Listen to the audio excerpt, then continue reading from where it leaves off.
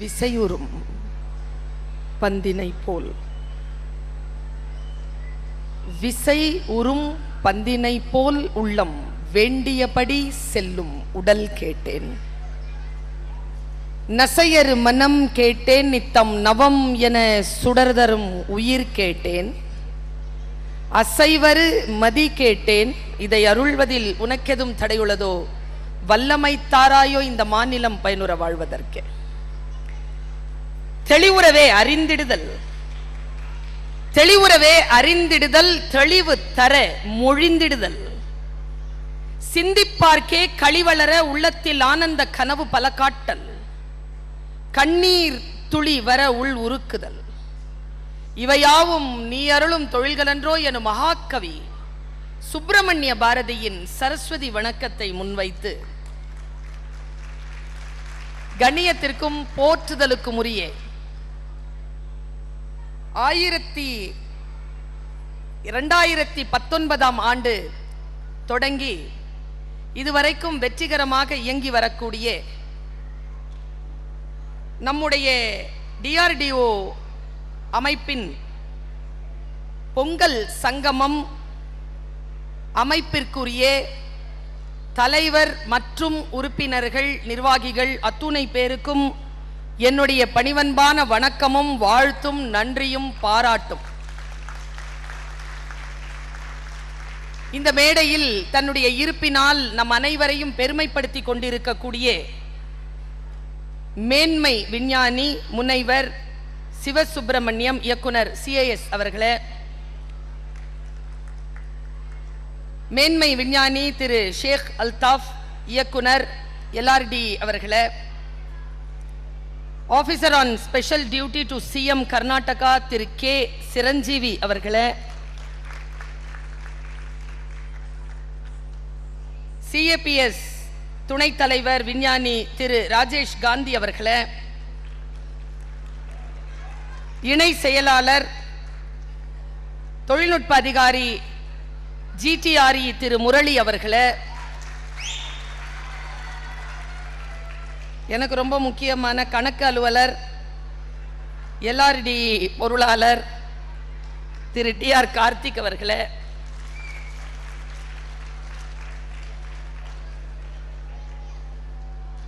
திரளாக கூடியிருக்கக்கூடிய தமிழ் உறவுகளே, இந்திய திருநாட்டின் சான்றாண்மை வாய்ந்த குடிமக்களே, வணக்கம். நான் பரவசமாகவும் ஒரு விதமான மிரட்சி நிலையிலும் தான் இந்த மேடையில் அமர்ந்திருக்கிறேன். யாரோடு இந்த மேடையை நான் பகிர்ந்து கொண்டிருக்கிறேன் என்பது என் வாழ்வின் பேச்சு பயணத்தில் மிக முக்கியமான வரலாற்று சம்பவமாக இன்றைக்கு இந்த மேடை திகழ்ந்து கொண்டிருக்கிறது.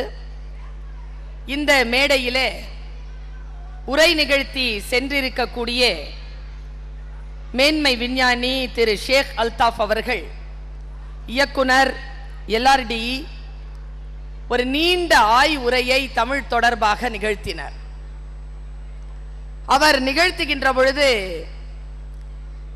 டாக்டர் சிரஞ்சீவி அவர்கள் எனக்கு ஒரே ஒரு டவுட்டு என்கிட்ட சொன்னார். இவ்வளவு ப்ரிப்பேர் பண்ணணும்னா லாங் லீவ்ல போயிருந்தா தான் ப்ரிப்பேர் பண்ணி இருந்திருக்க முடியும். ஆனா இவர் லீவே எடுக்கிறவர் இல்லை. இவ்வளவு பெரிய ஒரு ஆய்வை எப்படி நிகழ்த்தினார் நான் யோசிக்கிறேன். சொல்லும் போது நான் சொன்னேன், உண்மையாவே உங்களுக்கு இந்த யோசனை வந்ததுன்னா நான் அது ஏன் வந்ததுங்கிறத எனக்கு தெரிஞ்சு நான் சொல்றேன் சார். அவர் இன்னைக்கு இயக்குனரா இருக்கிறது அவர் படிச்சு முன்னேறி இருக்கக்கூடிய இடம். ஆனால் இந்த மேடையில் அவர் பேசினார்ல, அந்த பேச்சு அவருடைய ரத்தத்தில் ஊறி இருக்கக்கூடிய செய்கு தம்பி பாவலரனுடைய திருப்பெயரன் என்பதற்காக வந்தது என்று நான் சொன்னேன். அவர் பேசுகின்ற பொழுது அந்த பேச்சிலே நடுவிலே ஒரு சிறிய வார்த்தையை சொன்னார். நாம் அனைவரும், நம்ம எல்லார்கிட்டையும் நான் இந்த வார்த்தையை சொல்றேன். ஐயா மேன்மை விஞ்ஞானி திரு டாக்டர் சிவசுப்பிரமணியம் அவர்கள் என்னிடத்தில் சொன்னார்கள், அம்மா நீங்க பேசும்போது எல்லா ஆடியன்ஸும் வந்து செட்டில் ஆயிட்டாங்கன்னு சொன்னார். நான் அப்ப அவர்கிட்ட என்ன சொன்னேன்னு கேளுங்க. சார், நான் பேசுறதுக்காக வந்து உட்கார்ந்து இருக்கக்கூடிய மக்களை பார்த்து நான் கொஞ்சம் கவலைப்படுறேன் சார். அல்தாப் சாருடைய பேச்சையும் உங்க பேச்சையும் சில பேர் மிஸ் பண்ணிட்டாங்கன்னு நான் நினைக்கிறேன் சார்னு சொன்னேன். நாம எப்படி பழக்கப்பட்டிருக்கிறோம்னா, ஆடம்பரமாக பேசக்கூடியவர்கள், பிரபலமாக இருக்கக்கூடியவர்களுடைய பேச்சை கேட்பதற்காக அணிதிரள்கிறோம். ஆனால் நம் வாழ்க்கையை மாற்றக்கூடிய சொற்கள் அவர்களிடத்தில் இல்லாமல் சில நேரங்களில் பிரபஞ்சம் அமைதியாகவும் சான்றாண்மையுடனும் இருக்கின்றவர்களுடைய பேச்சிற்குள் மறைத்து வைத்து விடுகிறது. அதை நம்ம எப்படியோ மிஸ் பண்ணிடுறோம். இன்னைக்கு பொங்கலுக்கு அவர் கொடுத்த ஒரு சிம்பிளான ஒரு விளக்கம், ஒரு வீட்டில் இருக்கக்கூடிய மூப்பர் தருகின்ற விளக்கமாக எனக்கு பட்டது. பொங்கல் திருவிழாவை தமிழர்கள் 3 நாட்கள் கொண்டாடுவார்கள். முதல் நாள் அன்னைக்கு சூரியனுக்கு முன்னால விளைபொருள்கள் எல்லாம் வைத்து நன்றி சொல்லுவாங்க. இயற்கைக்கும் அதனால் கிடைத்த பலனுக்கும் நன்றி முதல் நாள். இரண்டாவது நாள் அதற்கு உதவி செய்த மாட்டுக்கு நன்றி. மூன்றாவது நாள் காணும் பொங்கல் என்பது நாம் வாழ்வதற்காக நமக்கு ஆக்சிஜன் போல் விளங்குகின்ற நம் உறவுகளுக்கு நன்றி என்பதற்காகத்தான் 3 நாட்களாக அதை கொண்டாடுகிறோம் என்று அவர் சொன்னார். நான் ரொம்ப நெருக்கமாகவும் நெகிழ்ச்சியுடனும் அவருடைய வார்த்தையை உள்வாங்கிக் கொண்டேன். அடுத்ததாக பேசிய நம்முடைய டாக்டர், மேன்மை விஞ்ஞானி டாக்டர் சிவசுப்பிரமணியம் அவர்கள் டென்ஷனா இருக்கும்போது அவங்க வீட்டுக்காரமா ஸ்வீட் சாப்பிட சொன்னாங்களாமா. அதை சொல்லி ஒரு குறையா சொன்னார். ஏற்கனவே டென்ஷன்ல இருக்கிறேன், சக்கரை நோய் வேற வர வைப்பியா நீ, கம்முனிரு அப்படின்னு மனைவியை மிரட்டியதாக அவர் இங்கே வாக்குமூலம் தந்தார். ஆக்சுவலா அந்த அம்மா உங்ககிட்ட முழுசா சொல்லல சார். அது என்ன நடந்துச்சுன்னு நீங்க தெரிஞ்சுக்கிட்டீங்கன்னா கண்டிப்பா ஸ்வீட் சாப்பிடுவீங்க. என்ன நடந்துச்சுன்னா, நீங்க சொன்ன நம்பணும், நான் நல்ல பிள்ளை. ஏன் சொல்றேன்னு சொல்லுங்க. யாராவது திட்டுனா தூங்கிடுவேன், யாராவது அழ வச்சாலும் தூங்கிடுவேன், ரொம்ப பசியா இருந்தா படுத்த உடனே தூங்கிடுவேன் சார். நான் நல்லா சாப்பிட்டு சந்தோஷமா இருந்தாலும் தூங்கிடுவேன். இந்தா இப்படி படுத்து தூங்குனா தூங்கிடுவேன். நான் 7 மணி நேரம் சவுண்ட் ஸ்லீப். நல்ல பிள்ளை தானே. படுத்த உடனே யாருக்கு தூக்கம் வருதோ அதுதான் சார் நல்ல பிள்ளை. இந்த போன் எல்லாம் எனக்கு தேவையே படாது தூங்குறதுக்கு. அன்னைக்கு நான் அமெரிக்கா நாட்டுக்கு போயிட்டு வந்திருக்கேன், எனக்கு தூக்கம் வரல. அதான் உங்க அம்மா சொல்லியிருக்காங்க, வீட்டில் தூக்கம் வராம தவிச்சிட்டு இருந்த 15 நாள் இருந்தேன்.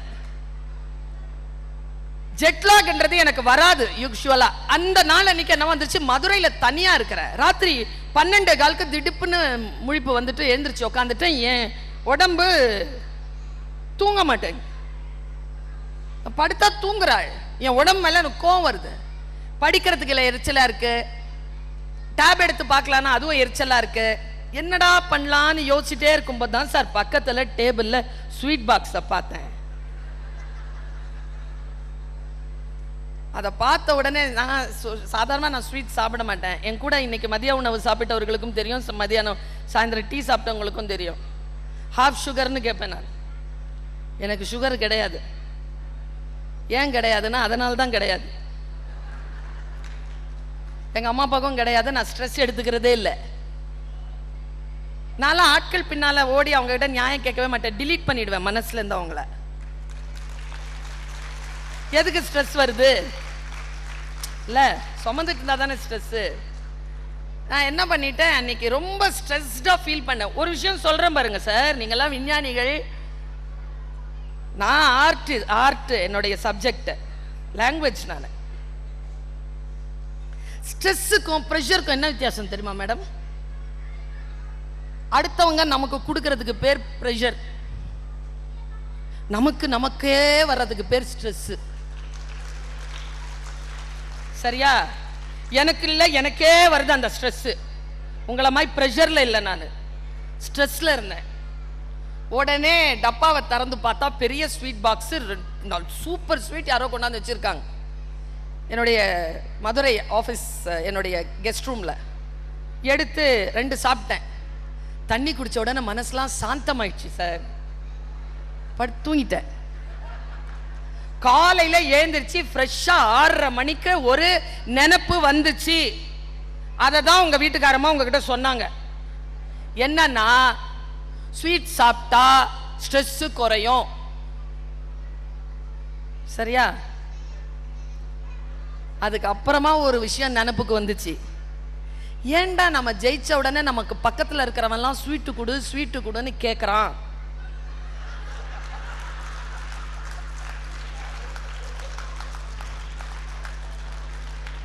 நம்ம ஜெயிச்சா சுத்தி இருக்கிறவங்க ஸ்ட்ரெஸ் ஆயிடுறாங்க சார். புரியுதா? நான் கடைசியா அந்த ஸ்டேட்மெண்ட்டை முடிச்சிருப்பேன். என்ன தெரியுமா? ஜெயிச்சிட்டீங்கன்னு வச்சுக்கோங்க, அடுத்தவங்களுக்கு ஸ்வீட் கொடுங்க. தோத்துட்டீங்கன்னா நீங்க சாப்பிடுங்க.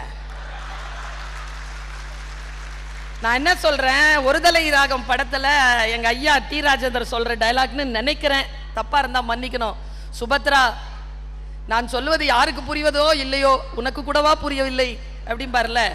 ஸ்வீட் யார் சாப்பிட்றோங்கிறது முக்கியம் இல்லை, ஸ்ட்ரெஸ் இல்லாம இருக்கிறோமா அதுக்கு சாப்பிட சொன்னது அந்த ஸ்வீட். பதில் சொல்லிட்டேன்னா, இப்ப நான் பொங்கல் விழாவுக்கு வரேன்.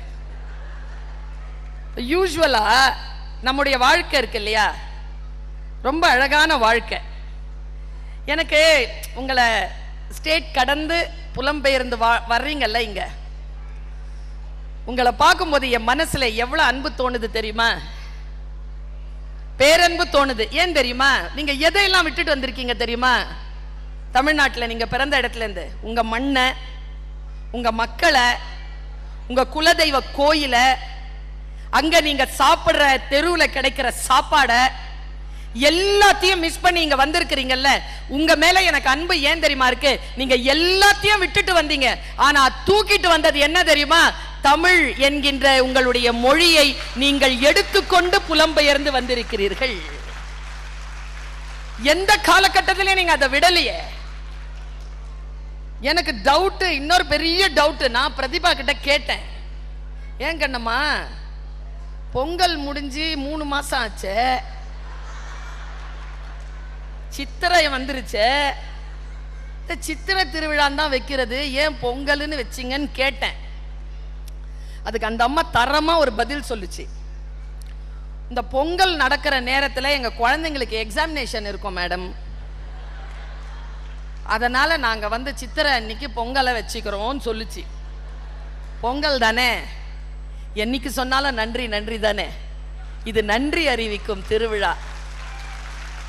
அதனால் எங்க நிர்வாகத்தில் ஒரு வார்த்தை சொல்லுவாங்க, பின்னேற்பு வாங்குறதுன்னு. அதுக்கு இங்கிலீஷ்ல என்ன சார் சொல்லுவாங்க? ஒரு விஷயத்தை எழுதி முடிச்சுட்டு ராட்டிஃபிகேஷன், முன்னால நடத்தி முடிச்சுட்டு பின்னால நடத்தி முடிச்சிட்டோன்னு பின்னேற்பு வாங்குவாங்கல்ல, அந்த மாதிரி நீங்க பின்னால நடத்துறத நான் முன்னேற்பா நான் அதை வந்து ஏத்துக்கிறேன். இது பொங்கல் திருவிழா. இந்த பொங்கல் திருவிழாவில் பாவாடை தாவணி போட்டுக்கொண்டு, பட்டுப்பாவாடை சட்டை போட்டுக்கொண்டு குழந்தைகளை இங்கே நீங்கள் கலை நிகழ்ச்சிகளை நிகழ்த்த வைத்தீர்கள். அந்த கலை நிகழ்ச்சிகளுக்கு நீங்கள் தேர்ந்தெடுத்த பாடல்கள் மிக மிக முக்கியமான பாடல்கள். அந்த பாடல்களை வைத்து அந்த குழந்தைகளுக்கு தமிழ் போதிக்கக்கூடிய இந்த பெற்றோர்களை நான் வாழ்த்துகிறேன், பாராட்டுகிறேன். இது எனக்கு புத்தகம் கொடுக்கும் பொழுது புத்தகத்தை மூடி கொடுத்தாங்க. இங்க அனௌன்ஸ் பண்ணார் ஒரு மீசக்கார அண்ணன், சூப்பரா, அவ்வளவு அழகா இருந்துச்சுங்க அவர் தமிழ். அவரை மாதிரியே ரொம்ப அழகு தமிழ். அதை விட அவருக்கு என்னங்க பரிசு கொடுத்துட போறீங்க பெருசா? நீங்க கொடுக்கிற சுண்டலுக்கும் பொங்கலுக்கும் தானே வேலை செய்யறாங்க. அவ்வளவு அழகா அவர் வந்து பேசும்போது கொண்டு வந்து புக்கு கொடுத்தாங்க எல்லாருக்கும். நான் சொன்னேன், புத்தகத்தை கொடுக்கின்ற பொழுது ரேப் பண்ணாம கவர் பண்ணாம கொடுங்க. ஏன் தெரியுமா? இன்னைக்கு எல்லாரும் என்ன நினைக்கிறோம், இந்த மாதிரி விலை உயர்ந்த கேட்ஜெட்டை கையில வச்சுட்டு போறதா ஸ்டைல்னு நினைக்கிறோம். இளைஞர்களுக்கு சொல்லுகிறேன், இதை வச்சுட்டு போறதுனால யார் மனதிலும் நீங்கள் ஒரு அசைவை கூட ஏற்படுத்த முடியாது. ஒரு நல்ல புத்தகத்தை கையில எடுத்துட்டு போனீங்கன்னு வச்சுக்கோங்களேன், சமூகம் உங்களை பார்த்து ஸ்தம்பிக்கும். என்னடா அந்த புள்ள புக் எடுத்துட்டு போகுது, தமிழ் இலக்கிய வரலாறா, வெள்ளைவாரணர் தொல்காப்பியம் குறித்து அவர் எழுதியதை இந்த பிள்ளை எடுத்துட்டு போகுதேன்னு பார்க்கும். புத்தகத்தை கையில் எடுப்பதற்கான பயிற்சி பெறுவதற்காக யாருக்கு நீங்கள் புத்தகம் கொடுத்தாலும் அதை எந்த ஜிகினா பேப்பராலும் மூடாமல் அதை வெளிப்புறமாக இந்த நூலை தருகிறோம் என்று சொல்லி அந்த நூலை தந்து அந்த குழந்தைகளுக்கான நூல் படிக்கின்ற ஆர்வத்தை ஏற்படுத்துங்க. தமிழ் அங்காடின்னு வெளியில ஒரு புத்தக கடை இருந்தது. நான் என்ன மறந்தங்க நின்னுட்டேன். வரவேற்பு கொடுக்கும் போது கூட பூக்களுக்கு கூட நான் நிக்கல. எப்ப வேகமா உள்ள போவோம் தான் இருந்தேன். ஆனா புத்தக கடையை பார்த்தவுடன் நின்னுட்டேன். ஏனென்றால் என்னை இந்த மேடைக்கு வரவழைத்து பூக்களை தந்து நீங்கள் எல்லோரும் என்னை பெருமைப்படுத்துவதற்கு காரணம் அந்த பூக்கள் அல்ல, அந்த பூக்களை நான் பெறுவதற்கு எனக்கு பயன்பட்ட புத்தகங்கள். அதனால் அந்த புத்தக அங்காடியில் நான் ஒரு நிமிடம் நின்று போனேன். பிரமாதமான நூல்களை வச்சிருக்காங்க. அந்த அங்காடிக்கு அந்த இடத்தை ஒதுக்கிய இந்த பொங்கல் சங்கமத்துக்கு என்னுடைய நன்றிகள். வந்து புத்தகத்தை காட்சிப்படுத்திய வாங்கிக் கொள்வதற்கான சூழலை ஏற்படுத்திய அந்த தமிழ் அங்காடிக்கும் என்னுடைய வணக்கங்களும் வாழ்த்துக்களும். இப்ப பாருங்க, தமிழ் இருக்குல்ல, அது ரொம்ப அற்புதமான மொழி. நான் இந்த மேடையை விட்டு வெளியில் போகின்ற பொழுது ஏதேனும் ஒரு வார்த்தையை உங்கள் மனதிலே விதைத்து விட்டு போக வேண்டும் என்று நினைக்கிறேன். அதற்காக பிரபஞ்சத்திடம் அந்த வார்த்தைகளை நான் கேட்கிறேன். நான் இப்படி சொல்றேன் பாருங்க, உணர்ந்ததை சொல்றேன். இனிமேலும் ஒரு மொழியை எப்படி உள்வாங்குவது அப்படிங்கிற ஒரு விஷயத்தை இன்னைக்கு நான் விதைச்சிட்டு போயிடுறேன். பிற்காலத்தில் நீங்கள் அதற்கு பயன்பட்டீர்கள் என்றால் அது உங்களுடைய வாழ்க்கையினுடைய நிலையை ஒருபடி உயர்த்தும் என்பதில் ஒரு சந்தேகமும் இல்லை. பாருங்க, ஒவ்வொரு மீட்டிங்லயும் நான் ஒரு விஷயத்தை சொல்லுவேன். இந்த உலகத்திலேயே ரொம்ப அழகான ஒரு விஷயம் தமிழர்களுக்கு கிடைச்சிருக்கிறது மொழின்னு சொன்னா, எனக்கு தெரிஞ்சு சார், எனக்கு சிரஞ்சீவி சார் தான் சொல்லணும், தெலுங்கு சூழல்ல பட்டிமண்டபங்கள் இப்படி பேச்சுகள் இப்படிலாம் இருக்கா சார்? தெலுங்கு சூழல்ல இப்படி பேச்சு பட்டிமண்டபம் இந்த மாதிரி பேசும்போது ஆட்கள் கூடி இலக்கியத்தை ரசிக்கிறது உண்டா? தமிழர்களுடைய மிகப்பெரிய ஒரு பலம் என்னன்னா பட்டிமண்டபம் பேசுறது. ஒரு கருத்தை வச்சு அந்த கருத்துக்கு இல்ல ஆமான்னு பேசுறது. இது எந்த காலத்துல இருந்து இருக்கு தெரியுமா? மணிமேகலை சொல்கிறது, பட்டிமண்டபம் பாங்கறிந்து ஏறுமின் என்று சொல்கிறது. இந்த பேச்சு இருக்கு இல்லையா, இந்த பேச்சாளர்கள் இருக்காங்கல்ல, நீங்க பேச்சாளர்களை கொண்டாடுறீங்கல்ல. நான் ஒரு விஷயம் சொல்றேன், யார் நல்ல பேச்சாளர் தெரியுமா?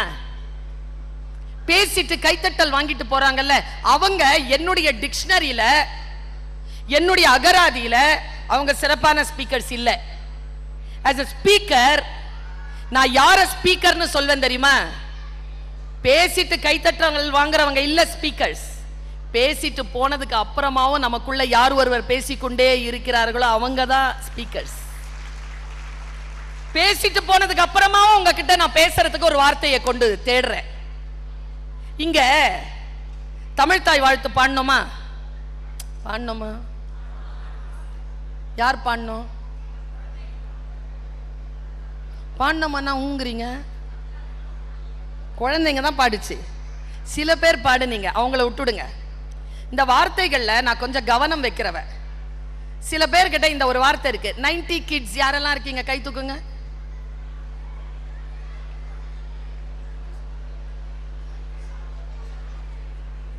எனக்கு உங்க எல்லார்கிட்டயும் ஒரு क्वेश्चन இருக்கு. சடுக்குன்னு கை தூக்குனீங்க. நான் ஒன்னு கேட்கிறேன், 90ல தானே பிறந்தீங்க, எதுக்கு கிட்டு? 90ஸ்ல பிறந்தவங்கன்னா ஓகே, அது என்ன 90 கிட்டு? அங்கிருந்தே இருக்கிறீங்களா நீங்க? அங்கே நின்னுட்டீங்களா?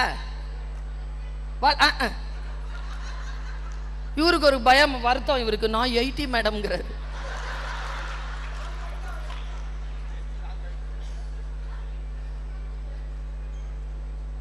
பாருங்க, நாம நீராறும் கடல் உடுத்தன்ற பாட்டை ஒரு 30 வருஷமா பாடுறோமா? எத்தனை பேருக்கு உண்மையா அர்த்தம் தெரியும்? அர்த்தம் தெரிஞ்சா பாடுறோம். எனக்கெல்லாம் அர்த்தம் தெரிஞ்ச நாள்ல இருந்து ஐ ரிலீஸ். அந்த வார்த்தை தான் சரி. நான் சுவைக்கிறேன், ஒவ்வொரு சொல்லையும் நான் சுவைக்கிறேன். ஏனென்றால் தமிழ் அவ்வளவு ருசியானது.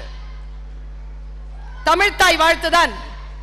ஆனா நமக்கு என்ன பிரச்சனைனா, ராகம் போட்டாதான் வரும், சாதாரணமா சொன்னா வராது. சாதாரணமா சொல்லி பாருங்களேன், எவ்வளவு ருசின்னு பாருங்களேன். நீராறும் கடல் உடுத்த நிலமடந்தை கெழிலொழுகும் சீராறும் வதனம் என திகழ் பரத கண்டம். அதில் மனோன்மணியம் சுந்தரனார் பிள்ளை தான் எழுதிய மனோன்மணி நாடகத்திற்கு எழுதிய சிறப்பு பாயிரத்தில் வருகின்ற பாட்டு. அந்த பாட்டு நீண்ட பாட்டு. நீர் நிறைந்த கடலை ஆடையாக உடுத்தி இருக்கக்கூடிய நிலப்பெண்ணிற்கு முகமாக திகழ்வது பாரத திருநாடு. நீராறும் கடல் உடுத்த நிலமடந்தைக்கு எழிலொழுகும் சீராரும் வதனம் என திகழும் பரத கண்டம். அதில் தெக்கணமும் அதில் சிறந்த திராவிட திருநல்நாடும் தக்க சிறு பிறைநுதலும் தரித்த நரும் திலகமுமே. இது திராவிட மொழி பேசும் நாடு. அந்த திராவிட நாட்டில் அந்த அம்மா பொட்டு வச்சிருக்குதுல்ல, இந்த இந்திய திருநாட்டின் அந்த பெண் பொட்டு வச்சிருக்கால, அந்த பொட்டை பத்தி பேசுறாரு பாருங்க. தெக்கணமும் அதில் சிறந்த திராவிட திரு நல்நாடும் அத்திலக வாசனை போல் அனைத்துலகும் இன்பமுறை எத்திசையும் புகழ் மணக்க இருந்த பெரும் தமிழனங்கே உன் சீரிழமை திறம் வியந்து செயல் மறந்து வாழ்த்துதுமே.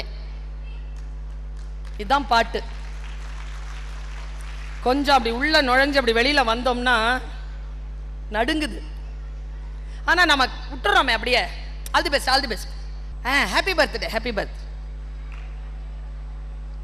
கல்யாண்ஜி சொல்லுவார், போருக்கு புறப்படுகின்ற பொழுதும் தேர்வுக்கு புறப்படுகின்ற பொழுதும் உன் வாயிலிருந்து யாருக்கேனும் ஒரு சொல் வந்தால் அது உண்மையாக உன் உள்ளத்திலிருந்து கிளம்பி வரட்டும் பர். உண்மையா சொல்றீங்களா ஆல் தி பெஸ்ட்னு? உண்மையா சொல்றீங்களா வணக்கம்னு? உண்மையா சொல்றீங்களா? சொல்லுக்கு அவ்வளவு உயிர் உண்டு. உயிர்ப்பான சொல் அது. எனக்கு பல நேரங்களில் புரியறதே இல்லை. இந்த பர்த்டே அன்னைக்கு இன்னத்துக்காக தீபத்தை ஊதுறீங்க? சரி, எனக்கு ஒரு விஷயம் சொல்லுங்க, எதுக்கு பிறந்த நாளை கொண்டாடுறீங்க? நீங்க பிறந்த என்ன பண்ணீங்கன்னு நீங்க கொண்டாடிட்டு இருக்கிறீங்கன்னு சொல்லுங்க. அப்படி நான் கேட்கல. ஆக்சுவலா நீங்க கொண்டாடத்தான் வேணும். ஏன் தெரியுமா? இன்னைக்கு சொல்றோம் பாருங்க ஏன் கொண்டாடணும்ட்டு. பிறந்த நாளை இனிமேல் கொண்டாடுறவங்க எல்லாரும் இந்த சகோதரி சொல்ற இந்த வார்த்தையை கேட்டுட்டு பிறந்த நாளை கொண்டாடுங்க. என்ன தெரியுமா? இன்னைக்கு எனக்கு 38வது பர்த்டே, இன்னைக்கு எனக்கு 30வது பர்த்டே, இன்னைக்கு எனக்கு 50வது பர்த்டே, இன்னைக்கு எனக்கு 65. I am completing 65. ஆக்சுவலி ஏன் தெரியுமா கொண்டாடுறீங்க? 65 வருஷம் உயிரோடு இருந்திருக்கிறீங்க, அதுக்கு தான் கொண்டாட்டமே. ஆக்சுவலா அவ்வளவு நாள் யாரும் உயிரோட இருக்கிறது இல்லை இந்த பூமியில. நீங்க இருக்கிறீங்கன்னு கொண்டாடுறீங்க. வாழ்ந்த காலத்தை தான் கொண்டாடுகிறீர்கள். அதற்குத்தான் பிறந்த நாள் திருவிழா. இது எத்தனை பேருக்கு தெரியுது? நீராறும் கடல் உடுத்த மாதிரி நமக்கு தெரிறதே இல்லை, விட்டுறோம். இன்னொரு விஷயம் நான் சொல்றேன், உங்க எல்லார்கிட்டயும் நான் சொல்றேன், நம்முடைய வாழ்க்கையில தமிழுக்கான ருசி இருக்குல்ல, அந்த தமிழுக்கான ருசியை முழுமையாக அடுத்த தலைமுறைக்கு நாம் கடத்திவிட்டால் போதுமானது. சொல்லில் இருக்கு ருசி. நான் நீங்க எல்லாருமே ஒரு பாட்டு, இப்ப என் மனசுல வர பாட்டை சொல்றேன். நாகூர் அனிஃபா பாடுவார் தெரியுமா? ஒரு பாட்டு சொல்லுங்க, அது என்ன பாட்டு?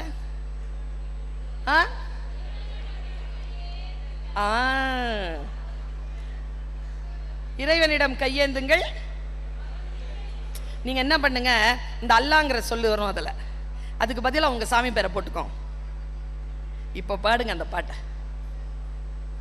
நீங்க முருகனா, சிவனா, விநாயகனா, இயேசு கிறிஸ்துவா, அல்லாவா, யார் பேர் வேணாலும் போட்டுக்கோங்க. பாட்டு சொல்ற எவ்வளவு அழகா இருக்கு பாருங்க. நாம இசையில் அப்படி கடந்து போயிடுறோங்க.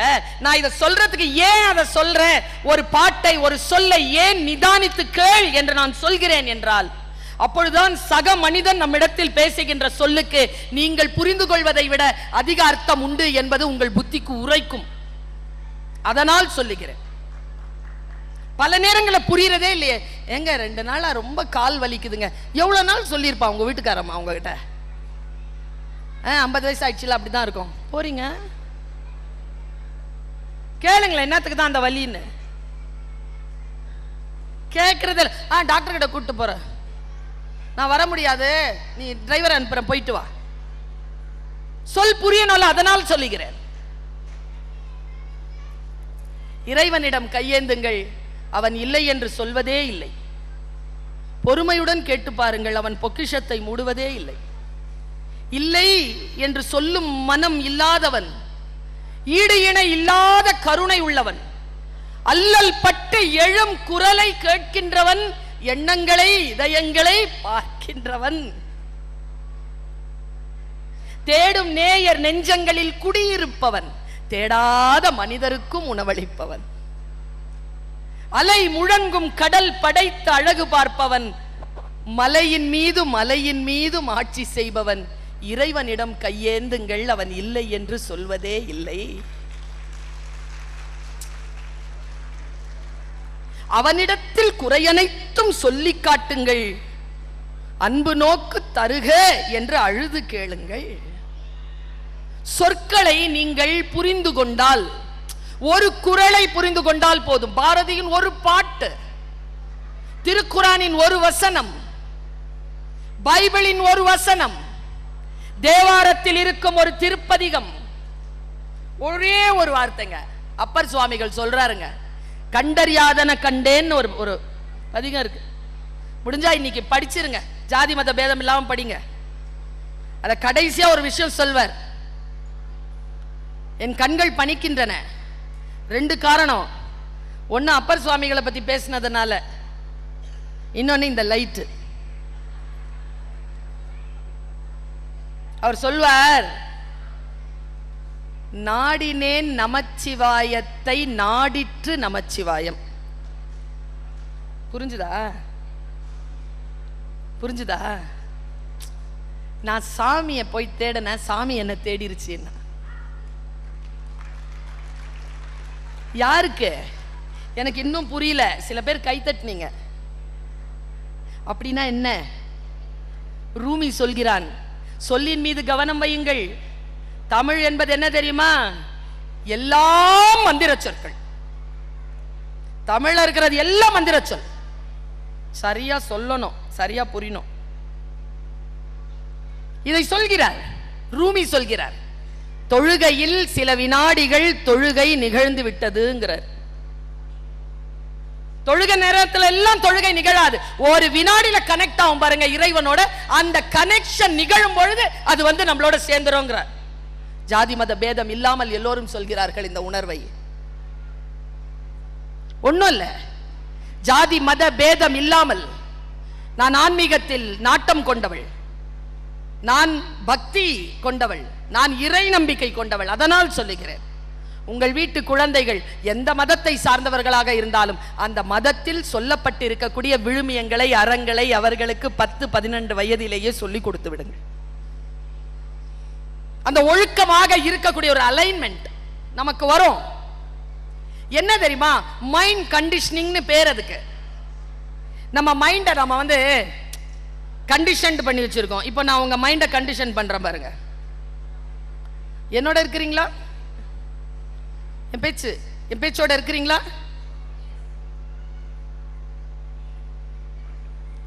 மத்தியானம் கொஞ்சம் லேட்டா வந்தேனா, பிரதிபா மேடம் கிட்ட சொன்னேன், லெமன் ஜூஸ் வேணும்னு கேட்டேன்.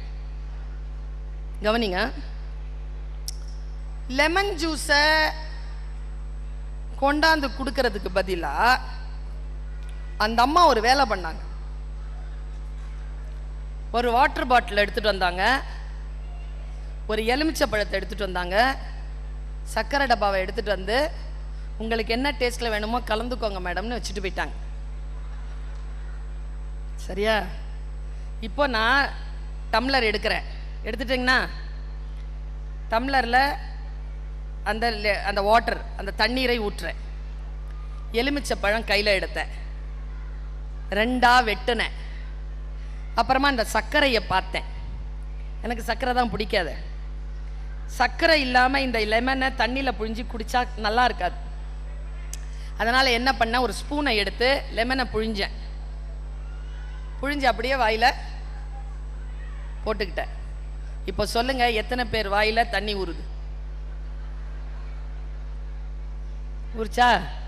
இதுக்கு பேர் தான் கண்டிஷனிங். நான் உங்க மைண்டை கண்டிஷன் பண்ணிட்டேன். எலுமிச்சை பழமே சாப்பிடாமலேயே எலுமிச்சை பழம் சாப்பிட்ற அந்த உணர்வை உங்களுக்கு நான் ஏற்படுத்தினேன்.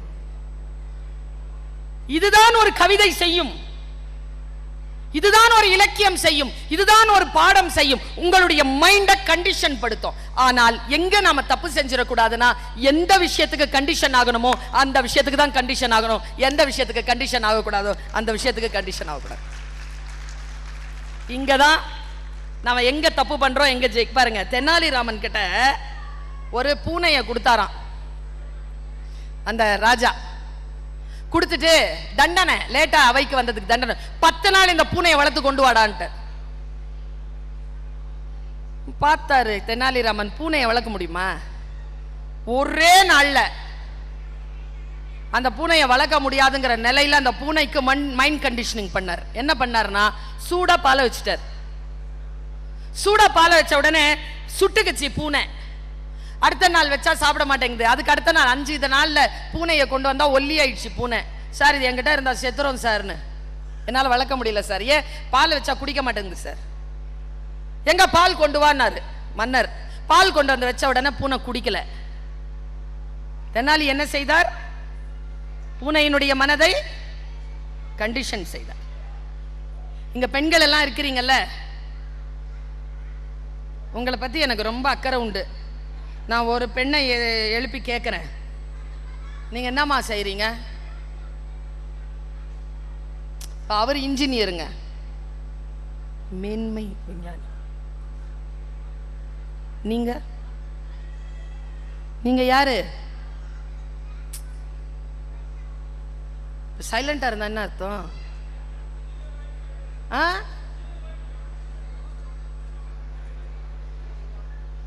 விஞ்ஞானியுடைய வைஃப். Okay, done. அதானே உண்மை. நல்ல வேலை விஞ்ஞானியினுடைய வைஃப்னு சொன்னீங்க. நம்ம பொம்பளை கிட்ட கேட்டு பாருங்க, அது ஆம்பளை குரல், மரியாதை செய்யறனா. பொம்பளை கிட்ட கேட்டு பாருங்களேன், ஹவுஸ் வைஃப் அப்படின்னும். அந்த ஆளுக்கு தானே வைஃபா இருக்க முடியும், ஹவுஸ்க்கு எப்படி வைஃபா இருக்கிறது? கரெக்டா சொன்னீங்க நீங்க, விஞ்ஞானியின் மனைவி. நான் இந்த பாடலை இந்த பெண்களுக்காக கொண்டு வந்திருக்கேன். கவனமா கேளுங்க. ஆண்களும் சிக்கி இருக்கிறீங்க, நீங்களும் கேளுங்க. வீட்டு நிர்வாகம் சுலபமானதில்லை. அவ்வளவு சுலபமானதா வீடு?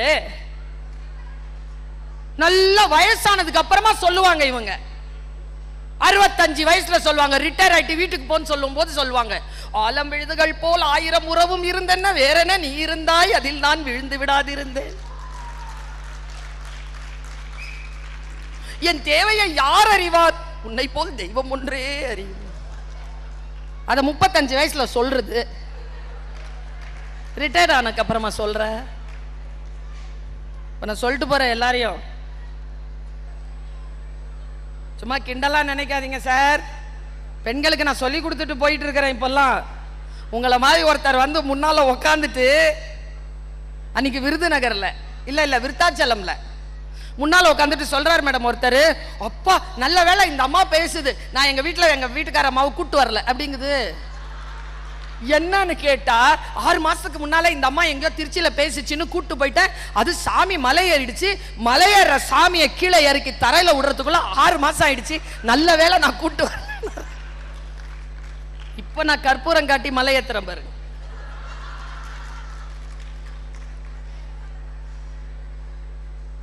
ஒரு ஆண் சொல்றான், நல்ல ஆண், உங்களை மாதிரி வச்சுக்கோங்களேன், நான் பல் துலக்குகிறேன். மனைவியை பார்த்து சொல்றார், நான் பல் துலக்குகிறேன், நீ பாத்திரங்களை புதுப்பிக்கிறாய். நான் செய்தித்தாளில் செய்திகளை சேகரிக்கிறேன், நீ வீட்டில் குப்பைகளை பெருக்குகிறாய். நான் உடலை சுத்தம் செய்கிறேன், நீ ஆடையின் அழுக்குகளை பிரித்துக் கொண்டிருக்கிறாய். நான் பசியார வயிற்றை நிரப்புகிறேன், நீ பாத்திரங்களை நீரால் நிரப்புகிறாய். நான் அலுவலகம் கிளம்புகிறேன், நீ பிள்ளைகளை சீருடையில் அனுப்பிவிட்டு என் முறைக்காக காத்திருக்கிறாய். நான் இரவு வீடு திரும்புகிறேன், நீ இன்னும் திரும்பவில்லை சமையலறையில் இருந்து. நான் தூங்கச் செல்கிறேன், நீ கதவின் தாழ்பாள்களையும் எரியும் மின்விளக்குகளையும் பிள்ளைகளின் போர்வைகளையும் சரிபார்த்து விட்டே படுக்கையில் விழுகிறாய். ஒவ்வொரு ஞாயிற்றுக்கிழமையும் ஒவ்வொரு பண்டிகைகளும் எங்களுக்கு ஓய்வு நாட்கள், உனக்கு நாளும் கிழமையும் நலிந்தோருக்கு இல்லை, ஞாயிற்றுக்கிழமை பெண்களுக்கு இல்லை. உறவு வீட்டு விழாக்களில் எங்களிடத்தில் நீ, கல்விக்கூடங்களின் கேள்விகளுக்கான பதில் நீ, எங்கள் வீட்டு சோக நிகழ்வுகளில் கண்ணீர் சிந்தியபடி நீ, எங்களின் வாழ்க்கை பிரதிநிதியாக எங்கள் குலதெய்வ கோயில்களிலும் நீ. என் வாழ்க்கை தோழியே, இப்பொழுதெல்லாம் நான் வேலை செய்கிறேன் என்று சொல்லவே எனக்கு தயக்கமாக இருக்கிறது. கழிந்த பொழுதின் உன் ஒற்றை பதிலால் புள்ளி விவரம் சேகரிக்க வந்த அரசு ஊழியர் உன்னிடம் கேட்டார், வேலை பார்க்குறீங்களாமா? உன் பதில், இல்லைங்க, வீட்டில் நான் சும்மாதான் இருக்கிறேன். நடுங்கி போன நான் இந்த பதிலை கேட்டு. இந்த நன்றி உணர்வு இருக்குல்ல, பொங்கல் விழா தானே இன்னைக்கு. வீட்டுக்கு போகும்போது சாமிக்கு நன்றி சொல்றீங்களோ, மாட்டுக்கு நன்றி சொல்றீங்களோ, உங்க அம்மா அப்பாவுக்கு நன்றி சொல்றீங்களோ இல்லையோ, உங்கள் மனைவிக்கு முதலில் போய் நன்றி என்ற வார்த்தையை சொல்லுங்கள். இதெல்லாம் சபையில செய்வாங்க, நம்பாதீங்க. நான் நம்பவே மாட்டேன் சார். சைலண்டா இருக்கிறவங்களையாவது நம்பிடலாம், சொன்ன உடனே ரியாக்ட் பண்றாங்க பாருங்க, டேஞ்சர் ஃபெலோஸ். நாங்கள் அதிகமாக எதுவுமே எதிர்பார்ப்பதில்லை, ஒரு சிறிய அங்கீகாரம் தான், ஒரு சிறிய அங்கீகாரத்திற்கு தான். நான் சொல்லுகிறேன், பிள்ளைகளிடத்தில் சொல்லுகிறேன், குழந்தைகளிடத்தில் நீங்கள் எந்த அளவுக்கு அன்பு கூறுகிறீர்களோ பிள்ளைகளும் உங்கள் மீது அதே அளவிற்கு அன்பு கூறுகின்ற வகையிலே அவர்களை உருவாக்குவது தாய் தந்தையரின் பொறுப்பு என்பதனை தமிழர்களாகிய நாம் உணர்ந்து கொள்ள வேண்டும். நான் பல மீட்டிங்ல சொல்றேன் இத. எனக்கு என்னங்க வயசு, நான் 50 வயசை நெருங்குறேன் சார். எங்க அம்மாவுக்கு 80 வயசு சார். 80 வயசு எங்க அம்மா. இன்னைக்கு கூட என்ன இப்போ போன் போட்டு காட்டுறேன், என் பேரை எங்க அம்மா எங்க தெரியுமா, சுருதி பாக்ஸ் இருக்குல்ல, பாதானி சா இருக்குல்ல, அந்த சாலை தான் கூப்பிடும். சுல்தானா ஏன் போன் பண்ணல, 2 மிஸ்டு கால் கொடுத்துருக்கேன். இப்படிதான் கேட்கும் எங்க அம்மா. நான் எந்த கட்டையில பேசுவேன் தெரியுமா, அம்மா வேலையா இருந்துட்டு. இதுவே நான் 8 கட்டையில சொல்லன்னு வச்சுக்கங்க. சின்ன வயசுல இருந்தே எனக்கு பயிற்சி இது. பெரியவர்களிடத்தில் பணிவாக நடந்து கொள்ள வேண்டும் என்பது தமிழர்களாகிய நமக்கு இந்த சமூகம் தந்திருக்கக்கூடிய பண்பாட்டின் வெளிப்பாடு. பெரியவர்களிடம் பணிவோடு நடந்து கொள்ள வேண்டும். லீவ் லெட்டர்ல கூட கீழ்ப்படிந்தங்கிற சொல் வரல. As I am suffering from fever, I request you to grant me 2 days leave. ஒரு பொண்ணு எழுதி இருந்துச்சு, as I am suffering from my sister's marriage, I request you to leave the school for 2 days. கீழே என்னன்னு எழுதுறீங்க, yours? நாம என்ன sir எழுதணும், ஒபீடியன்ட்லி தானே எழுதணும். இன்னைக்கு எதுங்களாவது ஒபீடியன்ட்லி எழுதுதுங்களா? கேவி மேடம் சொல்லுங்க. yours faithfully, truly. ஏண்டா ஒபீடியன்ட்லி எழுதுறது இல்லைன்னு கேட்டா, நான் தமிழ் டீச்சர் தான், இங்கிலீஷ் தெரியும். ஆனா எனக்கு ஐ முன்னால வருமா ஈ முன்னால வருமானு சிக்கல், அதனால ஒபீடியன்ட்லி எழுதுறது இல்ல. ஃபெய்த்ஃபுல்லி எவ்வளவு ஃபெய்த் இருக்கோ அவ்வளவு எள்ளு, ட்ரூலில எவ்வளவு ட்ரூ இருக்கோ அவ்வளவு எள்ளு.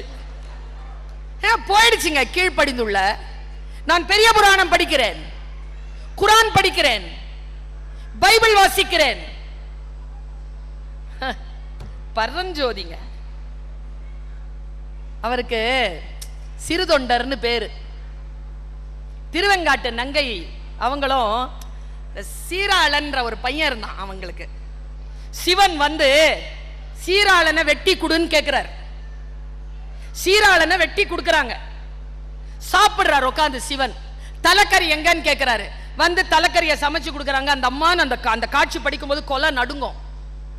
அதே மாதிரி காட்சி உங்களுக்கு பைபிள்ல கிடைக்கும். ஆபிரகாம் பெரியவர், அவர் தன்னுடைய பையன் இசாக் அவரை கூட்டிட்டு போய் அறுக்க போனாருன்னு குரான்ல வரும். இப்ராஹிம் அலைஹிஸ்ஸலாம் இஸ்மாயில் அலைஹிஸ்ஸலாம கூட்டிட்டு போய் வெட்டினாருன்னு. இவங்க எல்லாருமே பாருங்க, அங்க பரஞ்சோதி, இங்க அப்ர, இங்க இப்ர, எல்லாம் ஒண்ணுதான். இவங்க எல்லாரும் அவர் நாயன்மார், இவங்க பெரிய நபிமார்கள், அப்படிதானே? இவங்க எல்லாரையும் நம்ம கொண்டாடுறோம்ல. நான் எங்க தெரியுமா கொண்டாடுறேன், யார தெரியுமா கொண்டாடுறேன்? நான் இந்த பெரியவர்களை கொண்டாடல. நான் பரஞ்சோதியார் தன் மகனை பார்த்து வாடா உன்னை வெட்டணும்னு சொன்ன உடனே தலை கொடுத்தான்ல, அந்த குழந்தைய பாராட்டுறேன். அந்த அந்த அந்த கீழ்ப்படிந்த அந்த இசாக், கீழ்ப்படிந்த அந்த இஸ்மவேல், அவர்களை நான் பாராட்டுகிறேன். கீழ்ப்படிந்த குழந்தைகளை நாம் கொண்டிருக்கிறோமா? தமிழ்நாட்டின் மரபில் குழந்தைகளை நீங்கள் கீழ்ப்படிந்த குழந்தைகளாக வளர்த்தெடுங்கள் என்றால், இன்னொரு விஷயம் சொல்கிறேன், அதற்கான தகுதிப்பாடுகள் பெற்றோர்களுக்கு இருக்க வேண்டும். இத கொல்லிக்கட்டைன்னு நான் பேர் வச்சேன்னு சொன்னாரா இல்லையா ஐயா? வச்சனா? ஏன் வச்சேன்? நமக்கு நாம வச்சுக்கிறது. இது ஒண்ணு இல்லைன்னா போதும் சார், குடும்பம் ஒழுங்கா இருக்கும் சார். இதுல என்ன வேலை செய்யணுமோ அந்த வேலையை மட்டும்தான் சார் செய்யணும். இது கம்யூனிகேஷனுக்கு சார், கான்வர்சேஷனுக்கு இல்ல.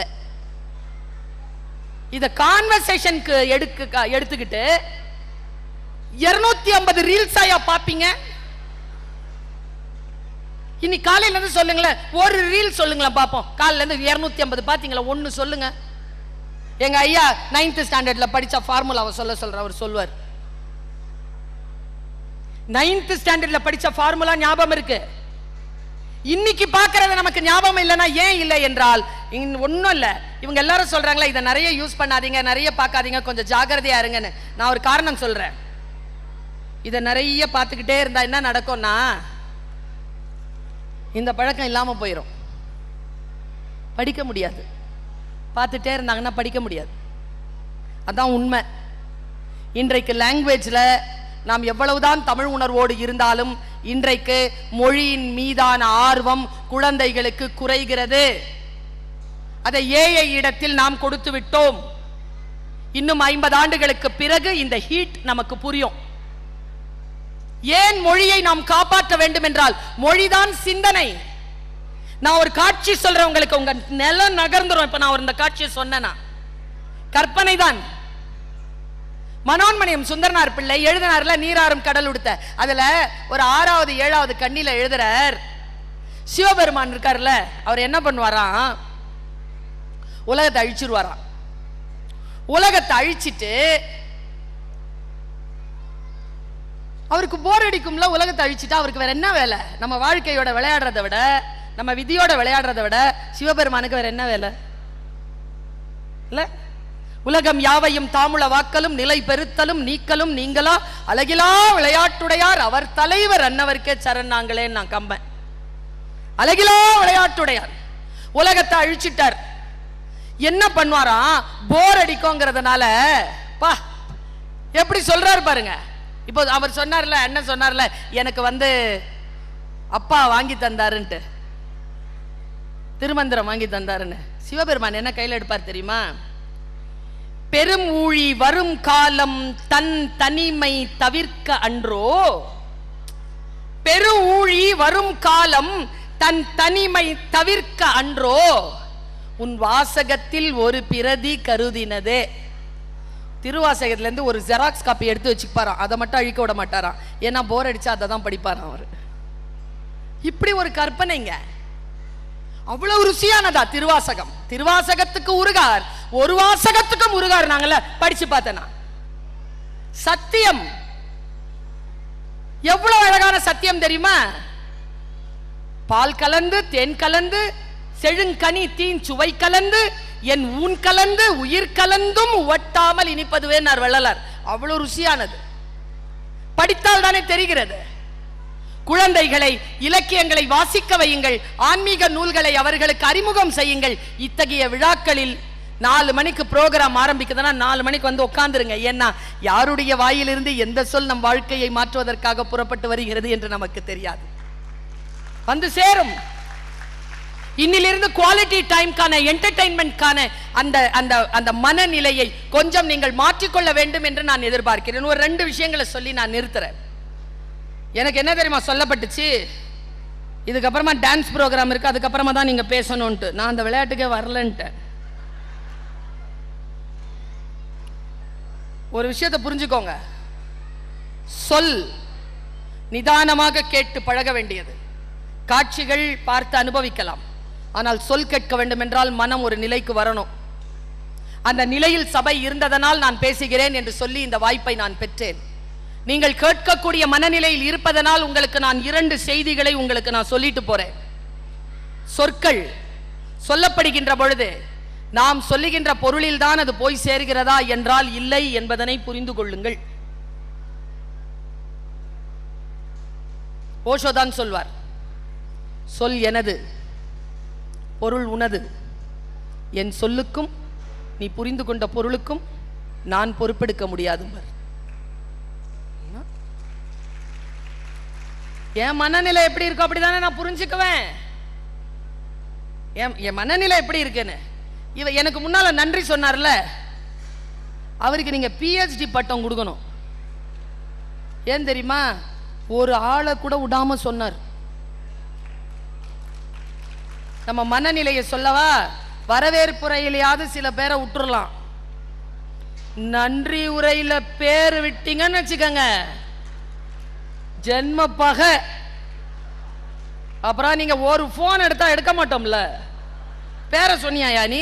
அலைஞ்சு அலைஞ்சு வேலையை மட்டும் வாங்கின, பேரை மட்டும் மறந்துட்ட. சூப்பரா சொன்னீங்க.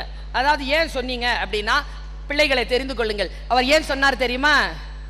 எனக்கு தான் எல்லாம் தெரியுமே, நான் தான் 3 மாசமா ஆர்கனைஸ் பண்றேனேன்ற அந்த திமிரில் வந்து நிக்காம ஒழுங்கா ப்ரிப்பேர் பண்ணிட்டு வந்து ஒரு விஷயமும் போயிடக்கூடாதுங்கிறதுனால பார்த்து பார்த்து சொன்னார்.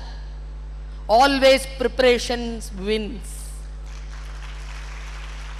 நான் இங்க எவ்வளவு 30 வருஷமா பேசுறேன், பெரிய பேச்சாளர் தானே. என்ன சைலண்டா இருக்கீங்க? டவுட் வரும்போது கேட்கும்போது சட்டுன்னு சொன்னாதானே நமக்கு. நான் ஏன் தெரியுமா இந்த மாதிரி போடியம்ல தான் பேசுவேன். இப்போ கூட அந்த போடியம் வைக்கிறவங்களுக்கு பாராட்டு நடுக்கமா இருக்கோங்க பிடிச்சிக்கிறதுக்கு. சில பேர் அன்பானவங்க எல்லாத்தையும் மறைச்சு வச்சிருப்பாங்க, மறைச்சுதான் வச்சிருக்காங்க. இல்லைன்னா கால் நடுக்கம்லாம் தெரியும். பேசுறது கஷ்டம். பேச்சுக்கான சூழ்நிலையில் இவ்வளவு நான் பேசுகிறேன் என்றாலும் பிரிப்பரேஷன் இல்லாமல் நான் பேசுவதில்லை. சில நேரங்களில் சில விஷயங்கள் கனெக்ட் ஆகும், அப்போ சொல்லுவேன். அந்த மாதிரி கனெக்டான ஒரு விஷயத்தை சொல்லிட்டு போறேன். உங்களுக்கு சொல்ல வேண்டும் என்று தோன்றுகிறது. நான் பேசுவது போலயே அடுத்தவர்களுக்கு புரிகிறதானா? புரியாது. அதனால் தான் அபிமன்யு வயிற்றில் இருக்கின்ற பொழுது, வியூகத்தில் மாட்டிக்கொண்ட பொழுது, அந்த வியூகத்திலிருந்து வெளிவருவதை அவன் கற்றுக்கொள்ளவே முடியவில்லை. அவன் எல்லாத்தையும் கத்துக்கிட்டான். சக்கர வியூகம் என்னன்னெல்லாம் அவனுக்கு தெரியும். ஆனா வியூகத்துல இருந்து வெளியேறது எப்படின்னு தெரிஞ்சுக்கிறதுக்குள்ள அவன் வயிற்றுக்குள்ள அவனுடைய பாடம் முடிஞ்சு போச்சு. முழுமையாக ஒரு விஷயத்தை கேட்பது, முழுமையாக ஒரு விஷயத்தை புரிந்து கொள்வது, இந்த முழுமையா புரிஞ்சிக்கவே மாட்டாங்க.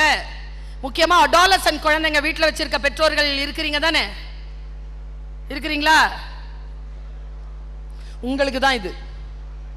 இன்னொன்னு, கணவன்மார்களை கொண்டிருக்கக்கூடிய பெண்கள் இருக்கிறீங்களா? உங்களுக்கு தான் இது. நாம என்னதாவது சொல்லுவான்னு வச்சுக்கோங்களேன், எனக்கு பல நாட்களா ஒரு விஷயம் தெரியல, தெரிஞ்சு சத்தியம் இருந்தா மட்டும் ஆண்கள் கைத்தட்டுங்க, பெண்கள் கூர்ந்து கவனிங்க, உண்மையான்றதை மட்டும் சொல்லுங்க. நீங்க எனக்கு காலையில எந்திரிப்போமா, எந்திரிச்ச உடனே வீட்டில் எழுந்துச்சு உட்காந்துக்கு வர ஒரு வேலையும் செய்ய மாட்டாங்களா? சைலண்டா உட்காந்துருப்பாரா? நமக்கு அப்போவே இங்கே ஆன் ஆயிடுமா? துரு துரு துரு துரு துரு துருன்னு அன்னைக்கு ஃபுல்லாக செய்ய வேண்டிய வேலை பெண்டிங், அடுத்த நாளுக்கான விஷயம் எல்லாமே தோணுமா? கட கட கட கட கடன்னு அவங்க கிட்ட சொல்லுவோமா? அவர் எரிச்சல வர எல்லாருக்கும் நடக்குதா இல்லையா? அப்படி எரிச்சல் ஆகும்போது திரும்பி என்ன தெரியுமா நாம சொல்லுவோம்? நான் இவ்வளோ கஷ்டத்தில் கத்திட்டு இருக்கிறேன், உங்களுக்கு என்ன யோசனை? அப்படி என்ன யோசனைங்கிற நான் அப்படின்னு கத்துவோமா? இன்னைக்கு நான் ஒரு விஷயத்தை கண்டுபிடிச்சேன், அதனால சொல்றேன். ஒரு யோசனையும் இல்லாமல் உட்கார்வதுதான் அவர்களுக்கான அந்த வினாடி என்பதனை நாம் புரிந்து கொண்டால் ஒரு யோசனையும் வராதுங்க. காலையில் எழுந்த உடனே ஒரு 5 நிமிஷம் அவங்கள சும்மா விட்டுறணும். அதனால தாங்க ஜெயிக்கிறாங்க. No plan. மைண்டை சைலண்ட் ஆக்கிட்டீங்கன்னு வச்சுக்கோங்க, சைலண்ட் ஆன மனசு 1000 வாட்ஸ் ஏற்றப்பட்ட பல்பு மாதிரி டக்குன்னு எரியும். ஏற்கனவே சுவிட்சே போடாம எரியணும் எரியணும் எரியணும்னு கத்திக்கிட்டே இருந்தீங்க, எல்லா எனர்ஜியும் போகும். சுவிட்ச் ஆஃப் பண்ணும்போது பல்பே எரியாது. இப்படிதான் போகுது பெண்களுக்கு. ஒரு 3 நிமிடம் 5 நிமிடம் வீட்டில் அமைதியாக இருங்க. நீங்க எனக்கு ஒரு குருநாதர் சொல்லி கொடுத்தாரு. இது என் கிளாஸ்ல நான் பாடம் எடுக்கும் போது எல்லா பிள்ளைங்களும் என்ன கவனிக்கும். இப்படி இப்ப நீங்க எல்லாம் கவனிச்சிட்டு இருக்கிறீங்கல்ல, அப்படி கவனிக்கோங்க. ஆனா என்ன ஒரு ரகசியத்தை தெரிஞ்சுக்கிட்டேன்னா, அதுல 4-5 என்ன கவனிக்கல. கவனிக்கிற மாதிரி தான் இருக்கும் அது.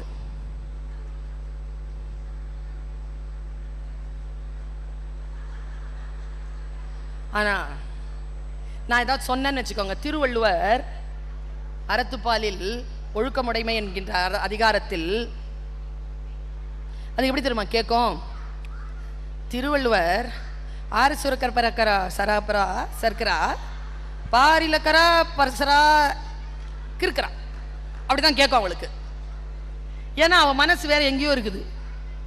நீங்க உங்க பிள்ளைகிட்ட சொல்றீங்கல்ல டெய்லி, டேய் 4 மணிக்கு வந்துடுறா, அக்காவுக்கு வந்து அந்த ப்ராஜெக்டுக்காக நான் பிரிண்ட் அவுட் கொடுத்துருக்கிறேன், கொண்டாந்து வைக்கணும், வெளியில் சுற்றிக்கிட்டு இருக்கிறாத, கரெக்டாக வந்துரு, 5 மணிக்கு அக்காவை எடுத்துகிட்டு போகணும், அவளுக்கு ட்ரெயின் 7:30 மணிக்கு, தயவு செஞ்சு நீ லேட் பண்ணிடாத, 4:30 மணிக்கு கிளம்பினா தான் 7:30 மணிக்கு ட்ரெயின் பிடிக்க முடியும், தயவு செஞ்சு நான் சொல்கிறத கேளு சரியானா? அவனுக்கு எப்படி சார் 4:30 மணி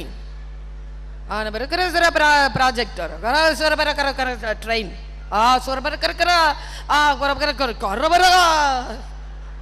இப்படிதான் கேட்கும் அவனுக்கு. அதுக்கு பேரு கிளாசலோலியா. நீங்க நினைக்காதீங்க நீங்க சொல்றதெல்லாம் உங்க வீட்டுக்காரருக்கு உங்க பிள்ளைங்களுக்கு புரியுதுன்னு. புரியுற மாதிரி நடிக்குதுங்க. அதுங்களுக்கு புரியலங்கிறதுனாலதான் அந்த வேலை செய்யறதில்லை. செய்யணும்னு தோணுச்சுன்னா, காதல விழுந்துச்சுன்னா செய்யாதுங்களா? காதலே விழலன்னா எப்படி செய்யுங்க? அதனால தான் சொல்றேன், நல்ல வார்த்தைகளை, நல்ல பாடல்களை, நல்ல விஷயங்களை சொல்லி இந்த மைண்டை டியூன் பண்ணணும். நீங்க டியூன் பண்றதே இல்லையா, அதனால நமக்கு புரியறது இல்லை. நான் இப்போ ஒரு கணக்கு சொல்லி நிறுத்த போறேன். ஒரு 10 நிமிஷம் பேசலாமா மேடம்? எல்லாரும் அலர்ட்டா இருக்கிறீங்களா? நான் கேள்வி கேட்பேன், டக்குன்னு பதில் சொல்றவங்களுக்கு சிவசுப்பிரமணியம் சார் தன்னுடைய சொந்த செலவில் உங்களுக்கு ஒரு புத்தகம் வாங்கி தருவார். ஓகேவா சார்? இப்போ எல்லாரும் அலர்ட் ஆவாங்க பாரு. இந்த கிளாசிலோலியா இருக்காது இப்போ. அதனால தான் சில விதைகளை தூவது. இது எனக்கு சிலம்பொலி செல்லப்பனார் சொன்னார் சார். கவனமா, தமிழ் என்ன விஷயங்கிறீங்க? 2 பேர் சார். ஒரு ஆளுக்கு பேர் ஏ, ஒரு ஆளுக்கு பேர் பி. நாம இல்ல, ஏ பி ரெண்டும் போகுதுங்க. ஒரு பாலைவனத்தில் போகும்போது ஏ வந்து பிஏ திரும்பி பார்க்கிறாரு. வழித்துணையா வரப்போறியா அப்படிங்கிற மாதிரி பார்க்கிறாரு. அதே பாசத்தோட ஏ பார்க்கிறாரு பிஏ. ரெண்டும் பாலைவனத்தில் நடக்க தொடங்குறாங்க. ஒரு 5 அடி தாண்டின உடனே பி கேக்குது ஏ கிட்ட. கவனமா கேளுங்க. பி கேக்குது ஏ கிட்ட, எங்க போறீங்க? 10 கிலோமீட்டர். நானும் 10 கிலோமீட்டர். அங்க ஒரு ஊர் இருக்கு. ஆமா சரி. ஒரு 1 கிலோமீட்டர் நடந்ததுக்கு அப்புறமா ஏ கேட்கிறாரு, வெயில் அதிகமா இருக்குல்ல, தண்ணி வச்சிருக்கீங்களா? பி உஷார். நான் எனக்காக வச்சிருக்கேன், நீங்க உங்களுக்காக வச்சிருக்கீங்களா? ஏன் சொல்லுது எனக்காக வச்சிருக்கேன், அதனால தான் கேட்டேன். சரியா?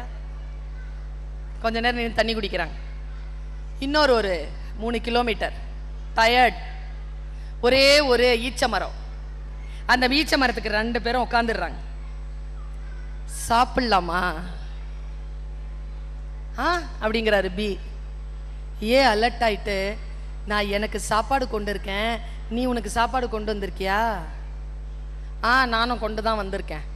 அப்போ உட்காரு சாப்பிடலான்னு துணி விரிச்சு சாப்பாடு டப்பாவை எடுத்து வைக்கும் போது எங்கிருந்தோ வந்தான் ஒருவன், இடைச்சாதி நான் என்றான். சார் ரொம்ப நேரமா நடக்கிறேன் சார், காசு இருக்கு சார், சாப்பாடு வாசனை கேட்ட உடனே ஓடி வந்தேன் சார். சார் காசு கொடுக்குறேன், உங்களோட எனக்கு ஒரு வாய் சோறு கொடுப்பீங்களா சார்? ஓகே. ஏ யோ சாப்பாடு வாசனை போயிருச்சு இல்ல உன் மூக்குக்கு, உட்காரியா சாப்பிடலாம். என்ன காசு பெருசா, காசு கொடுத்தா எல்லாம் கிடைச்சிருமா? உட்காரியா. நான் ஏன் சொல்ற? ஆமாயா, வழிபோக்கன் கிட்ட போய் காசு வாங்காங்களா? உட்காருண்ணா. இப்ப பாருங்க, 2 பேரும் எடுத்து ரொட்டி தான் வைக்கிறாங்க. ரொட்டி வச்சு 3 பேரும் சரிசமமா சாப்பிட்டு முடிச்சாங்க. முடிச்ச களைப்புல ஏ பி 2 பேரும் அப்படியே படுத்து தூங்கிட்டாங்க. வந்தான்ல பணக்காரன், அவன் பார்க்கறதுக்கு கொஞ்சம் சிவசுப்பிரமணியம் சார் மாதிரியே இருந்தான். அந்த ஹைட்டு, இந்த வெளிச்சம், இந்த தெளிவு. போகும்போது ஒரு சின்ன கலகத்தை பண்ணிட்டு போயிட்டான். என்னன்னா 8 தங்க காசை எடுத்து தான் சாப்பிட்ட கோப்பையில போட்டு கவுத்து வச்சுட்டு போயிட்டான். எல்லோரும் உறங்குகின்ற பொழுது யார் ஒருவர் வேலையை செய்து கொண்டு இருக்கிறார்களோ அவர்கள் தானே வாழ்க்கையில் முன்னேறி கொண்டிருக்கிறார்கள். போயிட்டான். இவன் என்ன பண்ணாங்க, எழுந்து உட்கார்ந்தா. டப்பாவை திறந்து பார்த்தா 8 காசுங்க, தங்க காசுங்க. இன்னைக்கு விலையில ஒரு தங்க காசு என்ன விலை? என்ன சார் கையை காட்டுறீங்க? வாங்க முடியாதா மேடம்? எல்லாரும் அப்படித்தான் சொல்லிட்டு இருக்கோம். வாங்க முடியாது சார், வெரி எக்ஸ்பென்சிவ். 8 தங்க காசு பார்த்த உடனே கண்ணுல வெளிச்சம் பளிச்சுன்னு இருந்துட்டு அந்த காசுனுடைய சத்தம் கேட்டு பி எந்திரிச்சிட்டான். என்ன அப்படின்னா, 8 காசு கொடுத்துட்டு போயிருக்காங்கடா, இந்தடா உனக்கு 4 எனக்கு 4, வாடா போலாம், இப்பவே சம்பாரிச்சிட்டோம்டா. பி சொன்னா கணக்கு அப்படி வராது. ஏன் நீ எவ்வளவு ரொட்டி கொண்டு வந்த? ஏண்டா கேக்குற? நீ எவ்வளவு கொண்டு வந்த? 3, நான் 5. மரியாதையா எனக்கு 5 கொடுத்துட்டு நீ 3 எடுத்துக்கோ. இல்ல இல்ல காசுக்கா வித்தோம், அதெல்லாம் முடியாது. 5 3 4 நாளா தமிழர்கள் சைலண்டா இருந்தா கொஸ்டின் பேப்பர் வந்துருச்சு இல்ல? 4 நாளா? நாங்க இவ்வளவு நல்லவங்களா இருக்கிறீங்க. 4 நாளா? அவங்க கேட்கல. 2 பேரும் சிண்டு முடி சண்டை. நேரா சையத் அல்தாப் மாதிரியான ஒரு ஆள்கிட்ட போயிட்டாங்க. சரியா? போன உடனே அவர் பார்த்தார். என்னப்பா பிரச்சனை? சார் சாப்பாடு சாப்பிட்டுட்டு இருந்தோம் சார், ஒருத்தன் வந்தா சார், நாங்க ரொட்டி சாப்பிட்டு இருந்தோம் சார், காசு வச்சுட்டு போனா சார், ஆளுக்கு 4னா அவன் ரொட்டி கணக்கு கேட்கறான் சார். அப்படியா? என்ன ரொட்டி கணக்கு அது? சார் நான் 5 கொண்டு வந்தேன் சார், இவன் 3 தான் சார் கொண்டு வந்தான். சரி இப்போ வாங்க, எப்படி சாப்பிட்டீங்கன்னு சொல்லுங்க. சார் 5 3 ரொட்டியை எடுத்து வச்சோமா? கவனமா மிஸ் பண்ணிடாதீங்க. 5 3 ரொட்டி எடுத்து வச்சோமா? ஆமா. ஒரு ரொட்டியா எடுத்து 3 3 பிரிச்சோமா? சரி. 3 பேரும் சாப்பிட்டோம் சார், சமமா தான் சார் சாப்பிட்டோம். ஆனா இந்த 5 ரொட்டி சார்னா. சரி 2 பேரும் வெளியில இருங்க, காசை கொடுன்னா. சார் காசை கொடுத்துட்டு வெளியில வெயிட் பண்ணுங்கடா. காசை வாங்கி வச்சுக்கிட்டு வெளியில போனாங்க. முதல்ல அவரு பிய கூப்பிட்டார், காசை கொடுத்து. இங்க பாரு, வெளியில போய் 2 கிலோமீட்டர் தாண்டி தான் திறந்து பார்க்கணும், ஓடியே போயிடணும், அப்புறம் யாருக்கிட்டே பஞ்சாயத்துக்கு வரக்கூடாது. போ. அடுத்தது ஏ, கையில காசு கொடுத்து மூடிட்டு ஓடி போயிரு. 2 பேரும் எப்ப சண்டை போட்டுக்கிறீங்களோ காசுக்காக, 2 பேரும் இனிமேல் ஃப்ரெண்ட்ஸ் கிடையாது. உன் வேலையை நீ பார்த்துட்டு போ, உன் வேலையை நீ பார்த்துட்டு போ. 2 பேரையும் சேர்ந்து பார்த்தா தொலைச்சிருவேன் சொல்லி அமிச்சிட்டாரு. இதுங்க கம்முன்னு அந்த தெரு தாண்டறதுக்குள்ள கியூரியாசிட்டியில திறந்து பாக்குதுங்க. 5 ரொட்டிக்காரன் கையில 7 காசு இருக்கு. 3 ரொட்டிக்காரன் கையில 1 காசு இருக்கு. ஒருத்தன் சந்தோஷத்துல ஓடி வரான், ஒருத்தன் ஐயோ அம்மான்னு வயித்துல அடிச்சுட்டு ஓடி வரான். இவன் பேச்சை கேட்டிருந்தாலாவது 3 கிடைச்சிருக்கும். நீ எனக்கு 1 ரூபா கொடுத்துட்டியே சாமி, எனக்கு கணக்கு சொல்லுன்னு வந்துட்டான். இவன் சார் நன்றி சார்னு நன்றி சொல்றதுக்கு வந்தான். இப்ப 2 பேரையும் உட்கார வச்சுட்டு கணக்கு சொல்றாரு நீதிபதி. என்ன கணக்கு தெரியுமா? எவ்வளவுப்பா எடுத்துட்டு வந்தீங்க? 8 ரொட்டி சார். 5 3 8 சார். கவனம், 8. 8ல ஒரு துண்டுல எத்தனை, ஒரு ரொட்டியில எத்தனை துண்டு? டக்குன்னு சொல்லணும். 3 துண்டு. 8 ரொட்டியில எத்தனை துண்டு? 24 துண்டு. ஆளுக்கு எவ்வளவு சாப்பிட்டு இருக்காங்க? ஆளுக்கு எவ்வளவு சாப்பிட்டு இருக்காங்க? 8 சாப்பிட்டு இருக்காங்களா? இங்க இருந்து ஒரு சவுண்டு கேட்டுச்சு. இது யாருன்னு தெரியல, போகும்போது கண்டுக்கிறேன். 3ன்னு.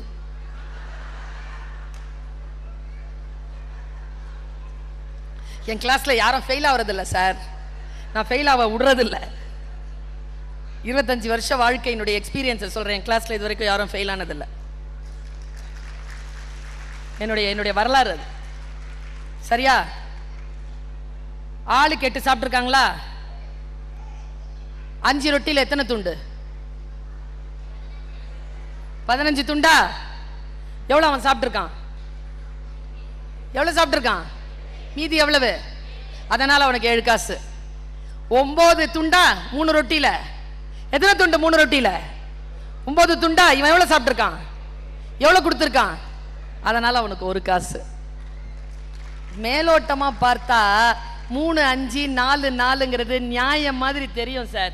நியாயம் வேறு, நீதி வேறு. நியாயம் உங்களுக்கும் எனக்கும் மாறுபடும், ஆனால் நீதி யாருக்கும் மாறுபடாது. அந்த நீதியை முன்னெடுக்கக்கூடிய எல்லா கருத்துக்களையும் எல்லா சொற்களையும் நாம் நம்முடைய வாழ்க்கையில் பின்பற்ற வேண்டும்.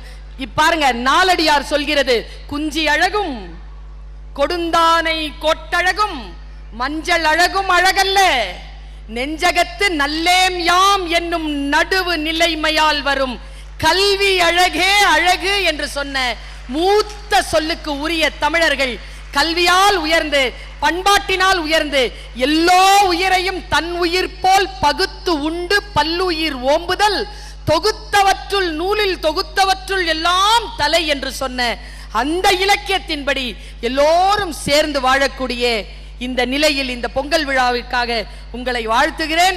இந்த பொங்கல் விழாவுக்கு இந்த அரங்கத்தை தந்த அந்த பெருமக்களை வாழ்த்துகிறேன். இங்கே வந்திருக்கக்கூடிய அறிஞர்கள் விஞ்ஞானிகளை வாழ்த்துகிறேன். எல்லாவற்றிற்கும் மேலாக முதலமைச்சர் அவர்களுடைய சார்பிலே இங்கே வந்து அமர்ந்து இந்த நிகழ்ச்சியை பெருமைப்படுத்தி கொண்டிருக்கக்கூடிய அந்த சிறப்பு அலுவலருக்கு தமிழர்களின் சார்பாக எங்களுடைய மனமார்ந்த நன்றியை உங்களுக்கும் உங்களுடைய முதலமைச்சருக்கும் இந்த மாநிலத்திற்கும் தருகிறேன். வாழ்க பெருமக்களே, வாழ்வோம், தமிழால் இணைவோம், தமிழராய் உயர்வோம். நன்றி, வணக்கம்.